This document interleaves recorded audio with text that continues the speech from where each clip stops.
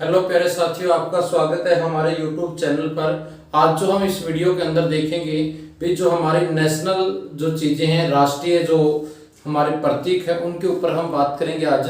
और by one आपके इन सारे टॉपिकों को हम कंप्लीट करेंगे, बिल्कुल अच्छे से करेंगे, डिटेल से करेंगे, स्टैटिक जीके के पॉइंट के हिसाब से करेंगे। तो चलिए हम, और अभी मैं आपकी क्या करूँगा, अभी जो अपना चैनल है, इस चैनल की जब आप प्लेलिस्ट में जाओगे तो वहां पर मैं स्टैटिक जीके के 4 पोर्शंस बनाऊंगा। भाई आपका इकोनॉमिक्स से जो स्टैटिक बनना उसको अलग प्लेलिस्ट होगी, ज्योग्राफी की अलग होगी, पॉलिटी की अलग होगी और हिस्ट्री की अलग होगी। चारों सब्जेक्टों के अंदर साइंस की भी लेकर आऊँ, पांचों सब्जेक्टों की जो स्टैटिक प्लेलिस्ट है वो मैं अलग अलग से बनाऊंगा, ताकि आपको भी नोट्स बनाते वक्त दिक्कत ना हो। भाई ये टॉपिक हम हिस्ट्री में लिखें, कहाँ पर लिखें। आप एक मोटा सा रजिस्टर के अंदर इन सारे टॉपिकों को डिवाइड कर लेना, एक जगह हिस्ट्री, एक जगह पॉलिटी, एक जगह ज्योग्राफी, इकोनॉमिक्स और साइंस। तो ये सारे जिस हिसाब से मैं वीडियो है प्लेलिस्ट में डालता रहूंगा, उस हिसाब से आप ये चीजें करना। तो चलिए आज जो हम बात करते हैं राष्ट्रीय ध्वज के ऊपर, तो चलिए हम स्टार्ट कर देते हैं राष्ट्रीय ध्वज के बारे में। हाँ, तो सिर्फ एक सेकंड रुकिए। हाँ जी, चलिए हम बात करते हैं अब अपने राष्ट्रीय ध्वज से रिलेटेड बातें करेंगे। तो देखिए सबसे पहले हम बात करते हैं भाई जो झंडा यानी फ्लैग, जिसको इंग्लिश में बोलते हैं स्टडी ऑफ फ्लैग, झंडे का अध्ययन क्या कहलाता है। तो हमें पता होना चाहिए वैक्सीलोलॉजी, वैक्सीलोलॉजी जो है वो झंडे का अध्ययन कहलाता है। ये पॉइंट्स आपने अच्छे से ध्यान रखना। अब हम देखते हैं अपने भारत के बारे में। तो देखिए भारत का राष्ट्रीय ध्वज जो है वो तिरंगा है, और मैं आशा करता हूं अपने सभी बच्चों ने भारतीय राष्ट्रीय ध्वज को देखा भी होगा अच्छे से। वहां से किस टाइप के क्वेश्चन बनने हैं उनके ऊपर हम बात करते हैं। तो देखिए आपसे पूछा जाएगा भारतीय राष्ट्रीय ध्वज जो है इसको अपनाया कब गया था, एक्सेप्ट कब किया गया था। तो 22 जुलाई 1947 को इसको स्वीकार किया गया था, जिसमें 3 रंग की पट्टियां होंगी और अशोक चक्र होगा। भारतीय जो राष्ट्रीय ध्वज है ये अलग अलग समय पर इसके अंदर चेंजिंग होते रहेंगे। तो हम बात करेंगे जो वर्तमान डिजाइन देखते हैं वो किसने तैयार किया था, पिंघाली वेंकैया ने। एग्जाम में पूछा जाएगा भारतीय राष्ट्रीय ध्वज का डिजाइन किसने करा था, पिंघाली वेंकैया ने।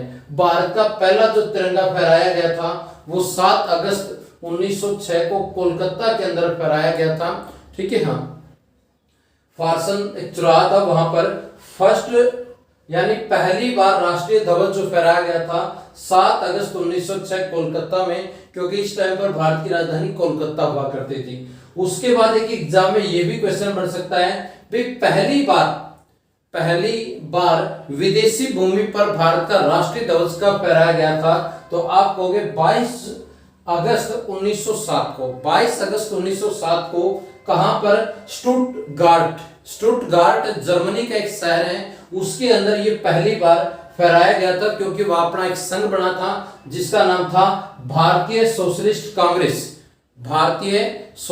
कांग्रेस। और हम बात करें यहाँ पर ये जो झंडा फहराया था वो मैडम भीकाजी कामा ने फहराया था। किसने, मैडम भीकाजी कामा। तो एग्जाम में क्वेश्चन 3-4 बन चुके हैं। पहली बार विदेशी ध्वज अपना जर्मनी देश में फहराया गया था, किसके द्वारा, मैडम भीकाजी कामा के द्वारा 1907 में। स्वतंत्र जब भारत आजाद हुआ 1947 के बाद पहली बार जो हमने राष्ट्रीय ध्वज किसी विदेशी भूमि पर फहराया वो ऑस्ट्रेलिया के अंदर। माउंट एवरेस्ट पर पहली बार भारत का राष्ट्रीय तिरंगा जो है, राष्ट्रीय ध्वज 29 मई 1953 को तेनसिंग नार्गे और एडमंड हिलरी के द्वारा क्या किया गया था, फहराया गया था। तो आपसे पूछा जाएगा कि पहली बार माउंट एवरेस्ट जो हमारी पृथ्वी का सबसे ऊंचा बिंदु है, ठीक है, हाँ, वहां पर पहली बार राष्ट्रीय ध्वज जो है वो तेनसिंग और एडमंड हिलरी के द्वारा 1953 में फहराया गया था। उसके बाद अंतरिक्ष की बात करें, आसमान में 1971 में अमेरिका का एक अंतरिक्ष यान था जिसका नाम था अपोलो 15। क्या नाम था, अपोलो 15 के द्वारा पहली बार भारतीय तिरंगा अंतरिक्ष में फहराया गया था। अपने पृथ्वी पे 2 ध्रुव होते, एक उत्तर और एक दक्षिण।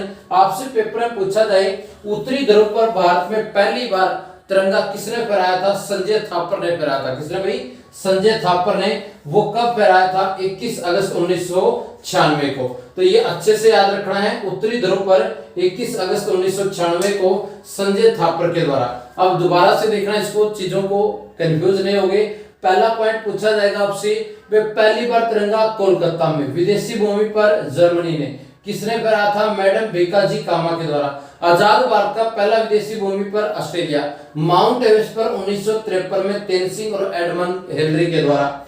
अंतरिक्ष में अपोलो 15 अंतरिक्ष यान के द्वारा 1971 में, और 1996 में संजय थापर ने उत्तरी ध्रुव पर भारत का तिरंगा प्यारा फहराया था। अब हम बात करते हैं चंद्रमा। चंद्रमा पर हम अब देखते हैं चंद्रयान 3 के बारे में भी देखते हैं, लेकिन इससे पहले चंद्रमा पर 15 नवंबर 2008 को तिरंगा फहराया गया था भारत का, और इससे पहले भारत में से पहले 3 ध्वज और चंद्रमा पर फहराए गए थे।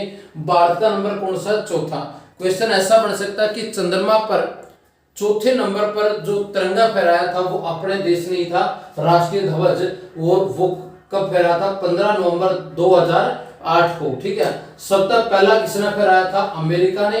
ठीक है, हाँ, ये भी चीज आपने ध्यान में रखना है। चलिए, नासा जो है अमेरिका का है, और इसरो जो है अपना भारत में अंतरिक्ष के बारे में है। आप देखिए थोड़े से पॉइंट आपसे, तिरंगे का अनुपात क्या है? तिरंगे का अनुपात जो है 3:2 है। तिरंगे का अनुपात क्या है? 3:2। भाई जब भी हम तिरंगे की कटिंग करते हो 3:2 में करते हैं। भाई लंबाई अपने 3 लेनी है, चौड़ाई अपने कितनी होनी चाहिए? 2 होनी चाहिए। कई बार बच्चे कंफ्यूज हो जाते हैं, वो देखते हैं भाई जब अपना क्वेश्चन आता है तो उसमें ऑप्शन दे देता 3, 2 और 2, 3 दोनों ऑप्शन में डाल देता है। भाई कौन सा माना जाएगा? तो उस टाइम पर आपका आंसर क्या होगा? 3, 2 होगा, क्योंकि 3 क्या है लंबाई और 2 क्या है चौड़ाई। लेकिन क्वेश्चन ध्यान से आप पढ़ रहे हैं उस टाइम पर, यदि ऐसा लिख रखे हैं भाई चौड़ाई और लंबाई का रेशो बताइए, तो पहला चौड़ाई की बात हो रही तो पहले चौड़ाई को लिखेंगे, और लंबाई की बात हो रही तो लंबाई को लिखेंगे। यदि आपसे चौड़ाई और लंबाई का रेशो पूछता है, चौड़ाई और लंबाई का, तो आंसर होगा अपना ये। और यदि अपने से लंबाई और चौड़ाई का पूछता है तो आंसर क्या होगा? 3:2 होगा। या डायरेक्ट आपसे पूछ देता है कि अनुपात बताइए, तो फिर आप आंसर क्या दोगे? 3:2 दोगे। उसके बाद हम देखते हैं कि अपना जो राष्ट्रीय ध्वज है, आप देख लीजिए राष्ट्रीय ध्वज में 3 पट्टियां हैं, बीच में अशोक चक्र है जिसमें कितनी 24 तिलियां हैं। अशोक चक्र का रंग कैसा है? गहरा नीला। तो चलिए इन तीनों पट्टियों के बारे में हम बात कर लेते हैं अब। तो केसरिया जो है, केसरिया वो हमें साहस और बलिदान का प्रतीक देता है। किसका देता है भाई? साहस और बलिदान का। सफेद जो पट्टी है वो हमारे को शांति और सच्चाई के बारे में बताती है। वे शांति और सच्चाई के बारे का प्रतीक चिन्ह है। अशोक चक्र कौन सी उसमें पट्टी में है? सफेद पट्टी में है। आई होप आपको दिख रहा है ये सफेद पट्टी में। उसके बाद इसी के अंदर कितनी तिलियां भाई? 24 तिलियां हैं।